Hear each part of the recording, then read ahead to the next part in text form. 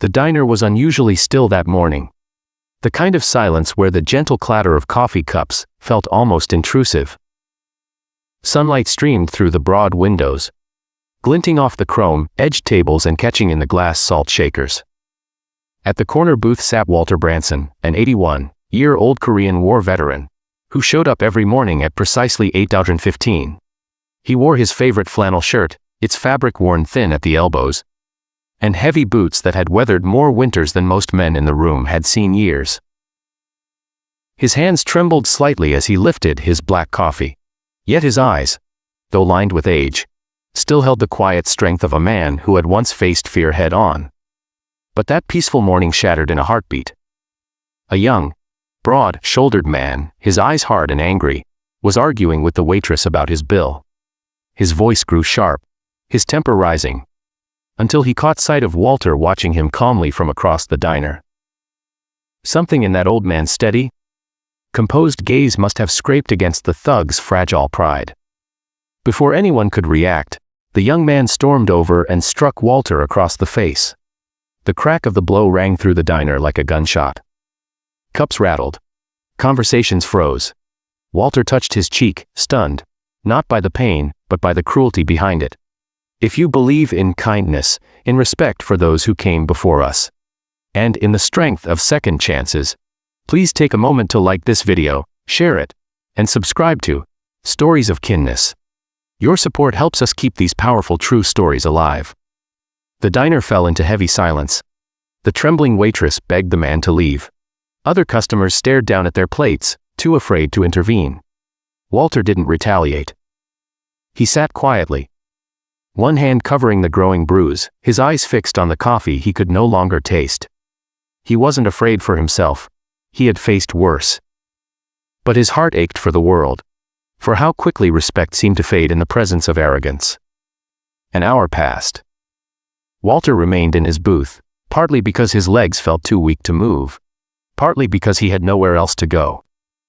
This diner had been his refuge, the one place he was known simply as Mr. Branson, the kind man who always tipped well, even when money was tight. Now, even that small sanctuary felt tainted. Then the bell above the door jingled. A group of bikers strode in, and instantly, the air shifted. Leather vests with bold insignias, tattooed arms, heavy boots. These men commanded presence. At their center walked a tall man with a gray, streaked beard and eyes that missed nothing.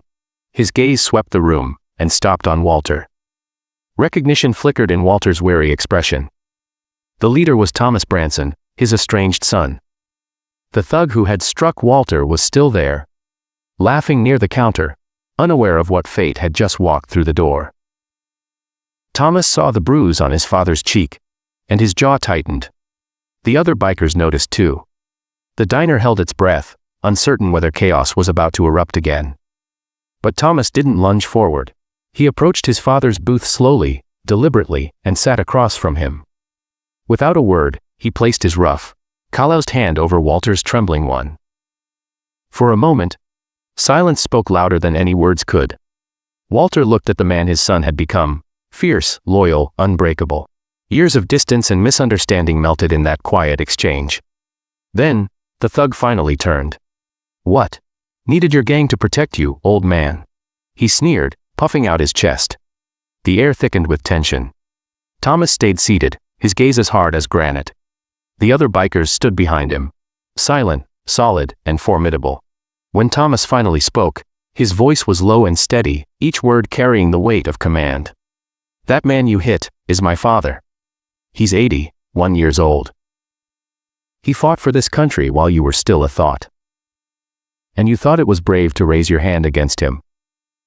The thug's grin faltered. The weight of the room pressed in on him. The judgmental silence of the customers. The quiet fury of the bikers. The unwavering strength of the man he'd struck. Thomas never raised a fist. He didn't need to. His words carried a power stronger than violence. Slowly, the thug backed away, muttering something before stumbling out of the diner. No one followed. His shame would follow him farther than any man could. Walter exhaled softly, the tension draining from his frame. For the first time that morning, he allowed himself a small, tired smile. His son had defended him, not with rage, but with respect. The waitress, still shaken, brought fresh coffee and quietly thanked Thomas and his crew. Around the diner, people began to murmur again, the heavy silence lifting like a cloud after a storm. Some even approached Walter, offering quiet words of apology and admiration. Walter looked at his son and said, voice raspy but sure, I fought my battles long ago, Thomas. But none as hard as the one to keep family close. Thomas nodded, emotion flickering in his eyes. Years of distance had been healed in a single act of loyalty. From that day on, the diner became more than just a breakfast stop. It became a symbol of forgiveness and family. Walter and Thomas met there often, sometimes joined by the bikers, who treated the old veteran with deep respect.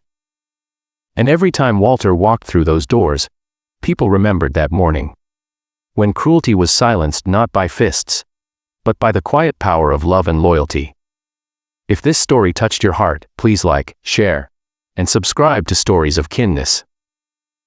Because in a world that often forgets compassion, even the smallest act of respect can heal what's been broken. Walter Branson lived the rest of his days in peace. No longer just the lonely old man in the corner booth, but a father who found his son again in the unlikeliest of places. And to everyone who witnessed it, that diner stood as a reminder. Even in a world of cruelty, kindness and family will always be the strongest force of all.